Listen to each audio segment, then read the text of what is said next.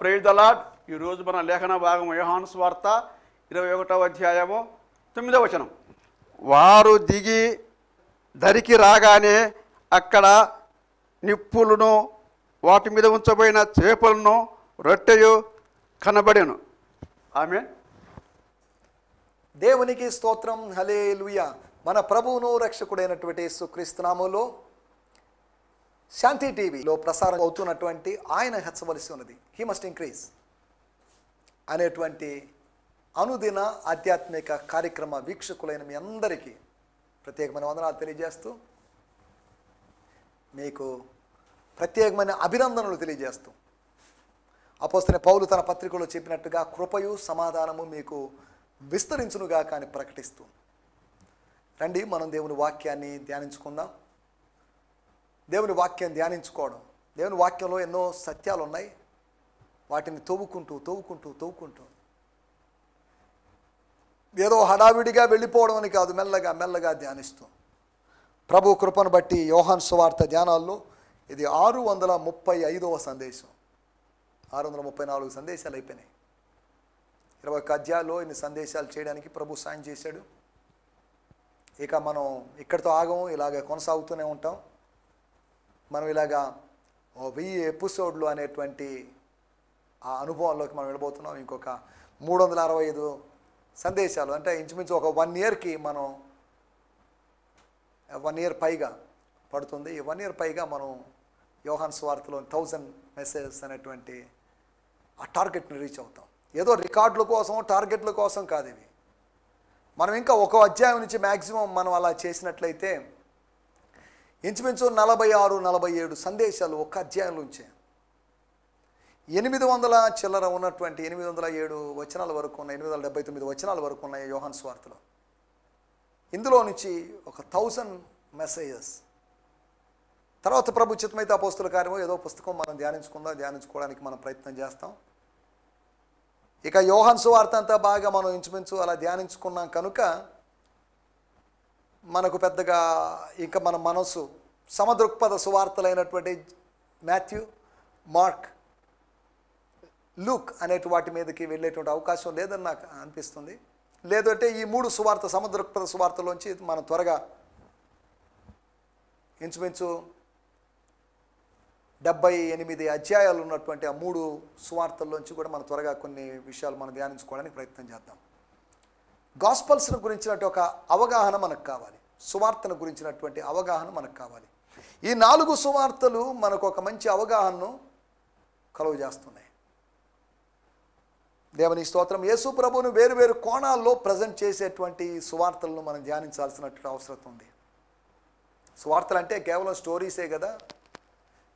Yes, అవి stories కావచ్చు. These are the biographies, different biography of Jesus. యేసు ప్రభు యొక్క జీవిత చరిత్ర వేరు కోణాల్లో మనం ఇక్కడ చూస్తున్నాం. అలాగైతే ఆయన జీవిత చరిత్రలో మిస్సింగ్ ఇయర్స్ పరిస్థితి ఏంటి అని మాత్రం అడగొద్దు. దాని గురించి 1-2 సార్లు నేను మీకు జ్ఞాపకం చేశాను. యేసు ప్రభు 12 సంవత్సరాల నుంచి 30 సంవత్సరాల వరకు ఏం చేశాడు, ఎక్కడున్నాడు, ఏంటి అనే వివరాల్లోకి, రకరకాల ఊహాగానాల్లోకి ప్రజలు వెళ్తున్నారు.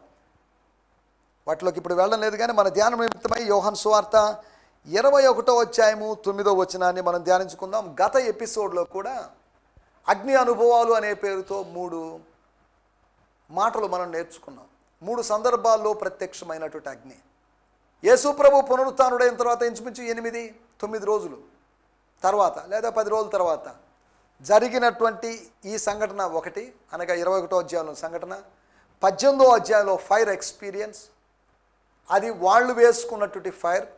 యోహాను సువార్త 21వ అధ్యాయంలో యేసు ప్రభు వేసిన ఫైర్.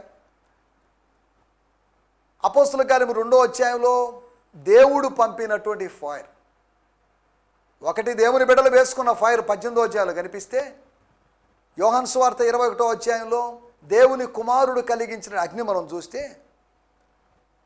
అపోస్తలుల కార్యము 2వ అధ్యాయంలో దేవుడే స్వయంగా పంపినటువంటి అగ్నిని మనం చూస్తున్నాం. ఇవి 2 భౌతికమైన. యోహాను సువార్త 18, యోహాను సువార్త 21లో భౌతికమైన అగ్ని అయితే, అపోస్తలుల కార్యము 2వ అధ్యాయంలో దట్స్ ఎ స్పిరిచువల్ ఫైర్ని మనం చూస్తున్నాం. ఆ రొట్టెలు తిన్నవాళ్ళు ఆ 7 మంది, అది లిమిటెడ్గా ఉన్నటువంటి ఫైర్. కానీ ఈ స్పిరిచువల్ ఫైర్ లిమిటెడ్ కాదు, 120 మందికి పైగా ప్రజల దగ్గరికి వెళ్ళినట్టుగా మనం చూస్తున్నాం. దేవుని స్తోత్రం. ఈ ఎపిసోడ్లో కూడా యోహాను సువార్త 21వ అధ్యాయము 9వ వచనాన్ని మనం ఆలోచిద్దాం. యోహాను సువార్త 21వ అధ్యాయము 9వ వచనం. వారు దిగి దరికి రాగానే అక్కడ నిప్పులు వాటి మీద ఉంచబడిన చేపలను రొట్టెయు కనబడెను. So when they got out on land they saw a fire of coals. అనగా బొగ్గు కణికలు మండుతున్నాయి, నివురు గప్పిన నిప్పు ఉంది అక్కడ. అనగా అదగా అక్కడున్న అగ్ని ఆర్పివేయబడలేదు, అక్కడున్న గాలు సముద్రపు హోరు గాలు అగ్ని ఆర్పలేదు, దాన్ని ఎక్స్టింగ్విష్ చేయలేదు, అనగా దాన్ని ఏమాత్రం పూర్తిగా డెడ్ చేయలేదు, చల్లబరచలేకపోయింది. తర్వాత జరిగిన విషయం, దేర్ విత్ ఫిష్, ఒకటి చేపలు, ఫిషెస్ అని కాదు, fish laid on it and there was also bread. అనగా హాట్గా తన ప్రజలకు వడ్డించాలి అని దేవుడు తాపత్రయపడ్డాడు.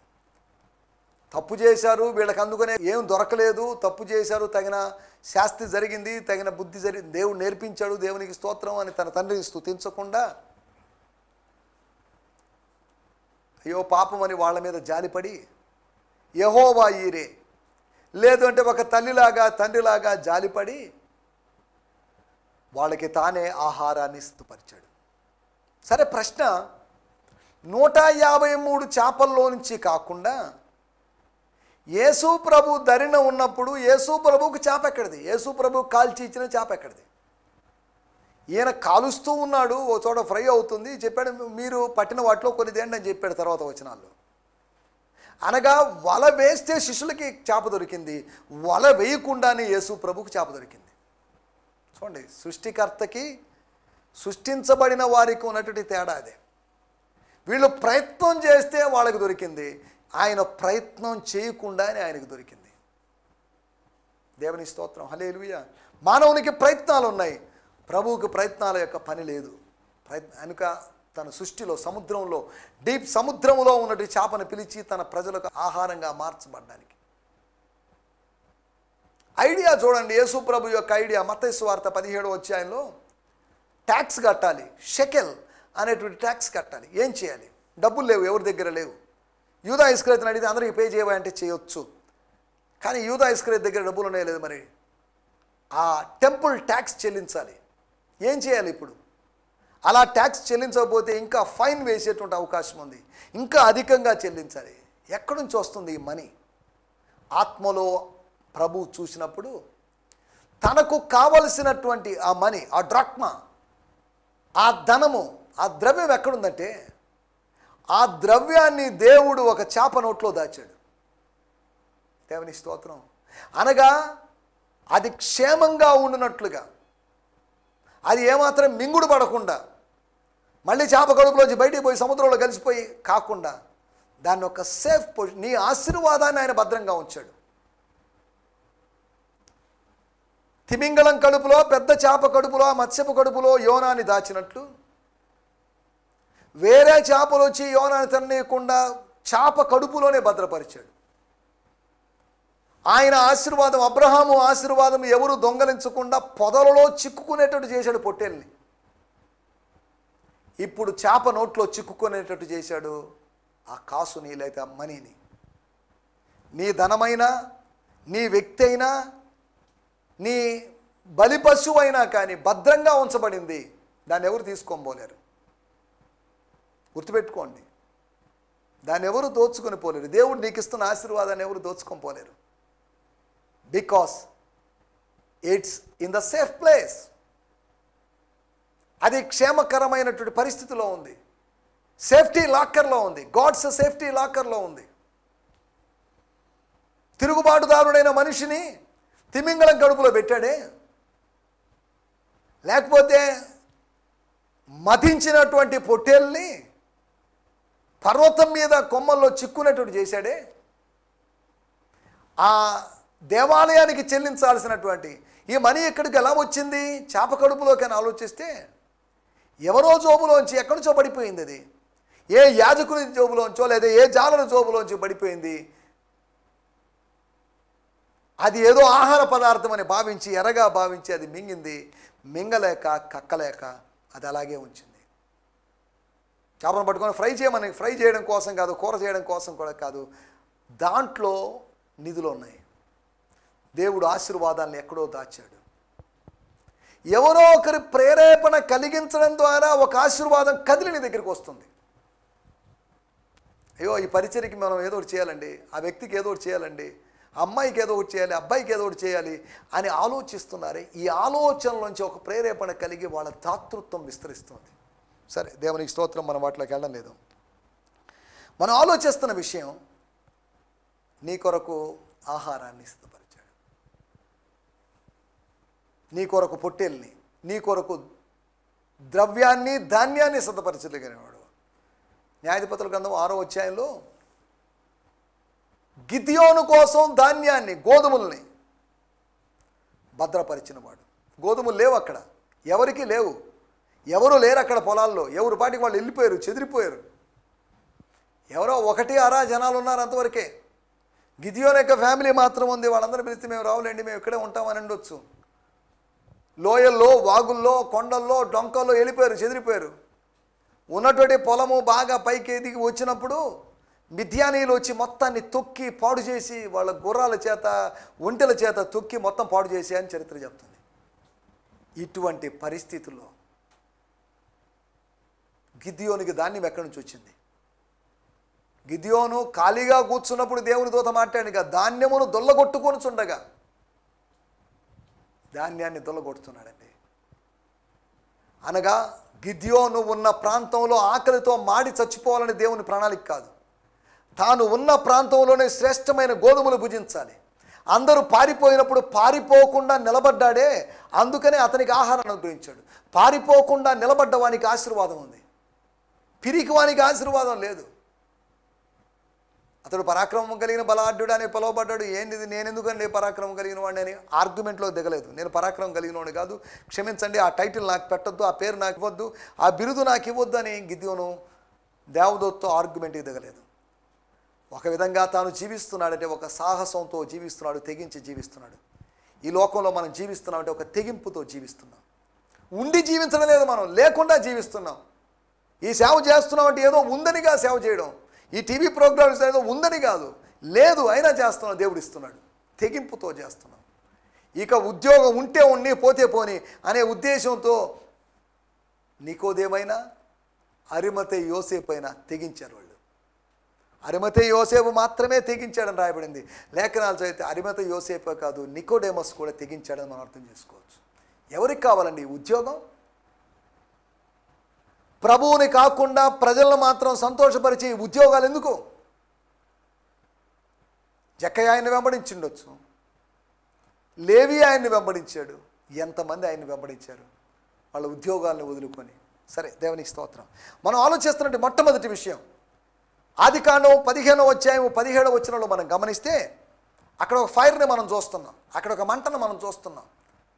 ఆదికాండం 15 అంటే మొదటి వాక్యం అద్భుతంగా ఉంటుంది. యెహోవా వాక్కు లేదా వాక్యము అబ్రహాముకు దర్శనం ద్వారా వచ్చిందని 17వ వచనం మనం చదువుదాం.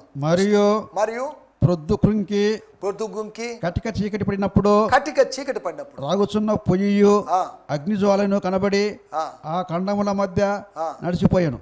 రాజుచున్న పొయ్యి, అగ్ని, ఆ ఖండముల మధ్యలో, ఖండించబడిన వాటి మధ్యలో, అబ్రహాము ఖండించిన వాటి మధ్యలో, అబ్రహాము చీల్చి ముక్కలు చేసిన వాటి మధ్యలో చూడండి, వాటిని 2 అటు ఇటుగా వేశాడు, వాటి మధ్యలోంచి అగ్ని వెళ్ళిందట. ఏంటిది, ఇలా ఎందుకు వెళ్ళింది అగ్ని? నేను ఎలా స్వతంత్రించుకుంటాను, ఇవన్నీ వాస్తవమా ఏంటి కథలు వచ్చినప్పుడల్లా ఇదే చెప్తుంటావు, నీ సంతానం అలా చేస్తాను ఇలా చేస్తానని చెప్తున్నావే, ఒక్క కొడుకును కూడా ఇవ్వకుండా ఎందుకు ఈ వాగ్దానాలు? నేను దీన్ని స్వతంత్రించుకుందని నాకు ఎలా తెలియను? నువ్వు చెప్పే వారసుడు ఎవరో నాకు తెలియదు, కానీ దమస్కు వాడైనటువంటి ఎలియాజరే నా వారసుడు అనిపిస్తుంది నాకు. నో అబ్రహాం, వాడు నీ వారసుడు కాదు. దేవుని స్తోత్రం. ఒకవేళ హాగరు ద్వారా తనకు పుట్టబోయేటువంటి ఇష్మాయేలు తన వారసుడు కాదు, లోతు కాదు తన వారసుడు, ఎలియాజరు కాదు తన వారసుడు, ఇష్మాయేలు కాదు అబ్రహాము వారసుడు, ఇస్సాకు మాత్రమే వారసుడు. గమనించాలి, 3 సార్లు అబ్రహాంకి మిస్టేక్ జరిగింది. ఫస్ట్ అనుకున్నాడు ఇంకెవరు, ఈ పిల్లోడే కదా నాతో పాటు తిరిగే పిల్లోడే కదా, వీడే కాదు నా వారసుడు. నో, వాడు నీ కుమారుడు కాదు, దేవుడు నీ కుమారుడిని ఇవ్వబోతున్నాడు. దేవుడు నీ కుమారుడిని ఇచ్చినప్పుడు వీరోళ్ళందరూ కుమారులందరూ పట్టుకుని నా కుమారులు ఎందుకు అనుకుంటావు? దేవునికి బిడ్డలను ఇచ్చాడు, దేవునికి సంతానాన్ని ఇచ్చాడు. ఆయన వాగ్దానం చేసిన వాడు నమ్మదగిన వాడు. లోతు కాదు నీ వారసుడు, మరెవరు? ఇక కన్ఫర్మ్ అండి, దమస్కు వాడైన ఎలియాజరు. నో నో నో, వాడు కూడా కాదు. ఈ బాధ్యతలు, ఇంటి బాధ్యతలు అనేక సంవత్సరాలకి ఇవన్నీ నిర్వహిస్తున్నాడే, వృద్ధాప్యంలో ఉన్న మాకు చేయూతగా ఉండి చేదోడు వాదోడు ఉంది వాడేగా. లోతు అనుకుంటే లోతు వెళ్ళిపోయాడు. ఎలియాజరు ఉన్నాడు. ఎలియాజరు ఆ పోస్ట్ని ఏమాత్రం ఊహించలేదు, తనకు అవసరం లేదు. తాను దాసుడిగా ఉన్నాడు, దాసుడిగానే సంతృప్తుడిగా ఉన్నాడు. He was satisfied with his servanthood in the house of Abraham. Abraham ఇంట్లో తన దాసుడిగా ఉంది. దట్స్ ఎనఫ్, చాలు. కొంతకాలానికి మరొక వ్యక్తి అక్కడ తయారయ్యాడు, హాగరు కుమారుడైనటువంటి ఇష్మాయేల్. ఏమైంది? ఇంకా ఎవరండి? ఇక లోతు కాదు, లోతుని తీసే లిస్టులోంచి ఎలియాజర్ను కూడా లిస్టులోంచి పక్కన పెట్టేద్దాం. మోస్ట్ ప్రాబబులీ వారసుడు ఎవరంటే ఇష్మాయేల్. దేవుడు స్పష్టంగా చెప్తున్నాడు, ఇష్మాయేలు కూడా కాదు నీ వారసుడు. ఇదేంటిది, మరీ బాగుంది, ఏంటి లాజిక్, ఏంటి ఇతరకాశ, ఏంటి ఇదంతా? ఎస్, 4వ వ్యక్తి వారసుడు. 4th man is their. 4th man అనేటువంటి ఆయన వారసత్వంగా వచ్చే వాటిని అనుభవించాలి. ఆ మంటల్లో, బబులోను మంటల్లో, 7 అంతలు చేయబడిన మంటల్లో 4వ వాడు ఇక్కడ వారసుడుగా వచ్చిన 4వ వాడు, ద 4th పర్సన్. ఆ 4th person is nothing but A symbol, A type of Jesus Christ. మనుష్య కుమారుని పోలినవాడు. ఆ 4వ వాడు ఇస్సాకును పోలినవాడు. ఇస్సాకులాగా బలిపీఠం ఎక్కినవాడు. ఇస్సాకులాగా విధేయత చూపించినవాడు. దేవునికి స్తోత్రం. మొట్టమొదటి విషయం మనం ఆలోచిస్తున్నాం, తాను ఒక మాటను చెప్పాడు, తాను ఒక నిబంధన చేశాడు, నిబంధనను నెరవేర్చడానికి ఫైర్ను పంపించాడు. Fire indicates that I will fulfil the covenant. నేను నా నిబంధన నెరవేరుస్తా అబ్రహాం. ఏదో సరదాగా టైంపాస్ కోసం దేవుడు మనతో మాట్లాడేవాడు కాదు, టైంపాస్ కోసం నిబంధన చేసేవాడు కాదు. అబ్రహాముతో నిబంధన చేశాడంటే, బ్లడ్ కవెనెంట్ చేశాడంటే, రక్తపు నిబంధన చేశాడంటే ఆషామాషిగా కాదు. ఏముంది, అబ్రహాం కొన్ని రోజులకి చచ్చిపోతాడు, అబ్రహాము వాగ్దానం నెరవేరలేదని. కానీ అబ్రహాము దాని గురించి మనసులో పెట్టుకోకపోవచ్చు, దేవుని మనసులో తాను చేసిన నిబంధన నెరవేర్చాలనే ఉంది. ఇర్మియా గ్రంథము 1వ అధ్యాయము 12వ వచనంలో రాయబడింది, నేను చెప్పిన మాట నెరవేర్చుటకు నేను ఆతురపడుచున్నాను. God is so eager to fulfil his promise. గుర్తుపెట్టుకోండి, డిసెంబర్ 31 వాగ్దానాల గురించి నేను మాట్లాడడం లేదు. God is so eager to fulfil the promise, not the promise of December 31st, but the promise you got in the presence of God or in the prayer. ప్రార్థనలో ప్రభు సన్నిధిలో పొందుకున్న అది వాగ్దానం. అబ్రహాముకు 7 వాగ్దానాలు చేశాడండి. ఆదికాండం 12వ అధ్యాయంలో డిసెంబర్ 31వ రాత్రి వాచ్ నైట్ సర్వీస్లో ఇచ్చిన వాగ్దానాలు కాదు అవి. ఈ రోజులో వాగ్దానాలు ఇచ్చి మనల్ని భ్రమపడుతున్నావు. ఈ వాగ్దానం సంవత్సరం మొత్తానికి ఇదే వాగ్దానం. సంవత్సరం మొత్తానికి కాదు, రోజుకు కావలసిన వాగ్దానాలు ఉంటుండగా సంవత్సరానికి ఒక వాగ్దానం తీసుకొని సంవత్సరానికి ఒకసారి దేవుడు మాట్లాడుతున్నాడు అన్నట్టుగా భ్రమపడ్డం ఎంత విచారకరం. He want to communicate with you daily. నీతో అనుదినము నిత్యము సంభాషించాలని ఆయన ఆశపడుతుంటే ఒక వాగ్దాన మొక్కను పట్టుకొని, ఓ చిన్న ప్రామిస్ పట్టుకొని దిస్ ఈజ్ మై ప్రామిస్ అని అనుకుంటున్నావే, మనం ఆలోచించాల్సిన విషయం. తాను నెరవేర్చడానికి ఒక ఎక్స్పీరియన్స్, ఒక ఫైర్ ఎక్స్పీరియన్స్ చూపించాడు. ఆ ఖండముల మీద అగ్ని దర్శనాన్ని ఇచ్చాడు, the vision of the fire ఇచ్చాడు. ఎందుకో తెలుసా? I will fulfil the promise. వాగ్దానం నెరవేరుస్తానని చెప్పడానికి. ఇది ఫైర్ కోవెనెంట్, ఇది అగ్ని నిబంధన. 2వ విషయాన్ని నేను మీకు జ్ఞాపకం చేస్తాను. నిర్గమకాండము 3వ అధ్యాయము 2వ వచనము. ఎక్సోడస్ 3:2. ఒక పొద నడిమిని అగ్ని జ్వాలలో యెహోవా దూత అతనికి ప్రత్యక్షమాయను. అతడు చూచినప్పుడు అగ్ని వలన ఆ పొద మండుచుండెను గాని పొద కాలిపోలేదు. దేవుని స్తోత్రం, హల్లెలూయా. బైబిల్లో వింతలు అనేకం ఉన్నాయి, గొప్ప వింతలు కూడా ఉన్నాయి. గొప్ప వింతల్లో ఒక వింత, ఈ గొప్ప వింత నేను చూడాలనుకున్నాడు. దగ్గరకు వస్తున్నప్పుడు దేవుడు మాట్లాడాడు, మోషే స్టాప్ దేర్, నీ పాదరక్షలు నీ చెప్పులు విడువు అని చెప్పాడు. ఎక్కడున్నావో మర్చిపోయావు కదా, దేవుని సన్నిధిలో ఉన్నావనే సంగతి మర్చిపోయావు కదా. This is the presence of God. ఎంతమందో ఎపిసోడ్లో చెప్పినట్టుగా ప్రజెన్స్ అనే దానికి హీబ్రూ భాషలో పదం లేదు. This is the face of God. You are before the face of God. దేవుని ముఖానికి ఎదురుగా, దేవుని ఎదురుగా నువ్వు ఉన్నావు. బీ కేర్ఫుల్, జాగ్రత్త. ఎంతకాలం అడవుల్లో తిరిగినట్టు అవే చెప్పులు వేసుకొని అదే అనుభవాలతో ఇక్కడికి వస్తున్నావు అన్నో. I want to teach you a lesson. నేను నీకు పాఠం నేర్పించబోతున్నాను. ఏంటో తెలుసా, ఇశ్రాయేలు జనమంతా ఒక పొద అయితే వాళ్ళ మధ్యలో అగ్ని ఉంది, వాళ్ళ మధ్యలో దైవ సాన్నిధ్యం ఉంది. ఇశ్రాయేలులో శకునము లేదు, యాకోబులో మంత్రం లేదు. బిలాము చెప్పిన మాటలు ఇవి. దేవుని స్తోత్రం. యాకోబులో మంత్రాలు తంత్రాలు లేవు. దేవుని బిడ్డల మధ్యలో మంత్రాలు తంత్రాలు ఉండకూడదు, శకునాలు ఉండకూడదు, ఇంకా లోక సంబంధమైన ఉండడానికి వీల్లేదు. దేవుని స్తోత్రం. రెండో విషయం, ఆ పొద కాలిపోలేదు. 430 సంవత్సరాలు అగ్ని వంటి శ్రమల మధ్యలో ఉన్నప్పటికీ కూడా ఇశ్రాయేలు ప్రజలు కాలిపోలేదు, నాశనం అయిపోలేదు. వాళ్ళు ఇంకా అభివృద్ధి చెందారు. ఫరో అనుకున్నాడు, వీళ్ళని బాగా ఎంత అణిచివేస్తే అంత అణిగిపోతారు, అంతమైపోతారు అనుకున్నారు. కానీ ఆయనకు తెలియని విషయం, ఎంత అణిచివేస్తే వాళ్ళు అభివృద్ధి చెందుతారనే విషయం ఆయన మర్చిపోయాడు. స్ప్రింగ్ మనం ఎంత గట్టిగా ఒత్తామో అంత గట్టిగా పైకి ఎగిరిపడుతుంది. బంతిని ఎంత గట్టిగా మనం గోడకు కొట్టామో అది తిరిగి మన దగ్గరికే వస్తుంది. దేవుని బిడ్డల్ని ఎంత అణిచివేయాలని, ముని కోలలకు ఎదురు తన్నుట నీ కష్టం. ఫరోకైనా, హేరోదుకైనా, సౌలుకైనా, ఎవరికైనా కానీ ముని కోలలకు ఎదురు తన్నుట, ఏ మత ఛాందసవాదికైనా దేవుని బిడ్డను లేకపోతే తన్నుట, ఎదురు తన్నుట, గాయపడుట, లేకపోతే ఆయన్ని ఢీకొనుట కష్టం. ముని కోలలకు ఎదురు తన్నుట నీ కష్టం. అసాధ్యమని కాదు, సాధ్యమే. ముని కోలలకు ఎదురు తన్నుతున్నావే. మత ఛాందసవాదులు అనేకులు దేవుని బిడ్డలకు వ్యతిరేకంగా మాట్లాడుతున్నారు.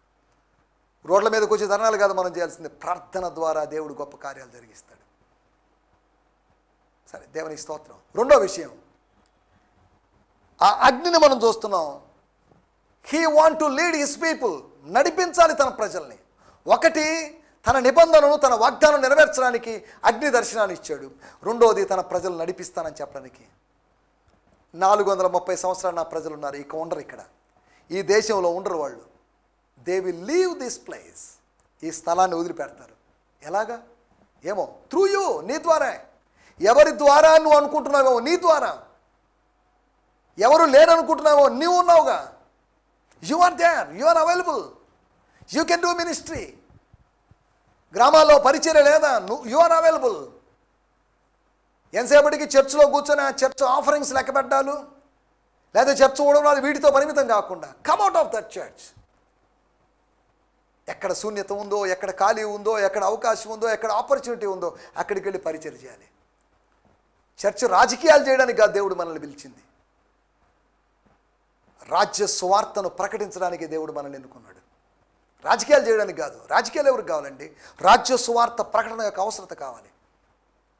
ఈ యుగము అంతం జరగాలంటే, అంతం రావాలంటే రాజ్య సువార్త ప్రకటన రావాలి, ప్రకటించేవాళ్ళు కావాలి. రాజకీయాలు కాదు కావాల్సింది. రెండో విషయం, నడిపించడానికి. అగ్ని దర్శనం దేనికంటే నెరవేర్చడానికి. ఒకటి నెరవేర్చడానికి, రెండు నడిపించడానికి. మూడో విషయం నేను చెప్పి ముగించేస్తాను. న్యాయాధిపతుల గ్రంథము 6వ అధ్యాయము 21వ వచనము. జడ్జెస్ 6:21. స్తోత్రం. అతడలాగు చేయగా యెహోవా దూత అతని చేతనున్న కర్రను చాపి దాని కొనతో మాంసమును ఆ పొంగని భక్ష్యములను, ఆ మాంసాన్ని, పొంగని భక్ష్యాల్ని ముట్టినప్పుడు అగ్ని ఆ రాత్రుల నుండి వెడలి ఆ మాంసమును పొంగని భక్ష్యమును కాల్చివేశను. ఆ మాంసమును, ఆ భక్ష్యాల్ని, మాంసాన్ని, ఆహారాన్ని మొత్తాన్ని కాల్చేసి. అంటే దాని అర్థం ఆ మాంసము, ఆహారము మిథ్యానీయులకు గుర్తుగా ఉందనుకుంటే no more Midianites, no more Egyptians. నువ్వు చూసిన ఐగుప్తుని ఇక మీద చూడవు. గిద్యోను గుర్తుపెట్టుకో, నువ్వు చూస్తున్న మిథియానులు ఇక మీద చూడవు, నువ్వు చూస్తున్న శత్రువులను ఇక మీద చూడవు. ఏమవుతారు? వాళ్ళు నాశనం అయిపోతారు. నాశనం చేయడానికి గిద్యోను అనేటువంటి పరాక్రమశాలని ఏర్పాటు చేసుకొని, ఒక న్యాయాధిపతిగా ఏర్పాటు చేసుకొని తన ప్రజలకు విజయాన్ని అనుగ్రహించడానికి దేవుడు మీ స్థానిక సంఘ కాపరుల్ని, ఆత్మీయ నాయకుల్ని, దేవుని సంఘానికి విజయం అనుగ్రహించడానికి దేవుడు వారిని ఏర్పాటు చేసుకున్నాడు. గిద్యోనులాగా ఏర్పాటు చేసుకున్నాడు. నా మాటలు ముగించేస్తున్నాను. అగ్ని దర్శనము దేనికి అంటే ఒకటి నెరవేర్చడానికి అబ్రహాము జీవితంలో, అగ్ని దర్శనము దేనికి అంటే మోషే జీవితంలో, ఇశ్రాయేలు ప్రజల జీవితంలో నడిపించడానికి. మూడవది అగ్ని దర్శనం దేనికంటే గిద్యోను జీవితంలో మనం ఆలోచిస్తే నాశనం చేయడానికి. To remove, wipe away all the enemies. దేవుని స్తోత్రం.